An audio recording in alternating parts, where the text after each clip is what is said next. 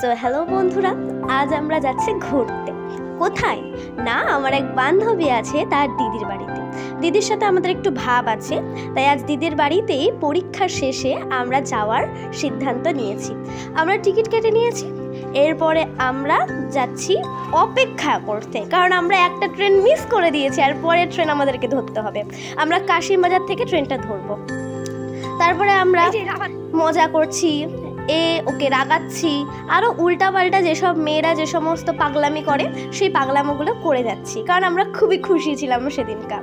তো already train এসে পড়েছে, আমরা ট্রেনে চেপে পড়েছি। আরে দেখো, বলতে বলতে আমরা নেমেও গেলাম, কারণ বেশি দূরে না দিদির বাড়ি।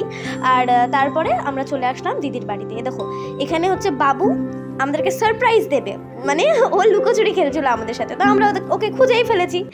আর এই হচ্ছে আমাদের দিদি গিয়ে গিয়ে আমাদেরকে খেতে দিয়ে দিল, কারণ আমরা এখানে দিদির হাতের সুস্বাদু রান্না খেতেই এসেছি। তারপরে আমরা চলে গেলাম একটা কালী মন্দির দেখতে, ওখানকারই। তো ওখানে অনেক ফুল গাছ ছিল। তো তারপরে আমরা বাড়ি আসলাম, এসে আমরা লাঞ্চটা সেরে নিলাম। তো এবার তো বাড়ি যেতে হবে, তো আমরা ট্রেনে চেপে পড়েছি। আগের ভিডিওগুলো করা হয়নি, তো অ্যাট লাস্ট আমরা পৌঁছে গেলাম আমাদের প্রাণের কাশিমবাজারে, কারণ যতই ঘোরাঘুরি করি লাস্ট আমাদেরকে বাড়ি ফিরতেই হবে।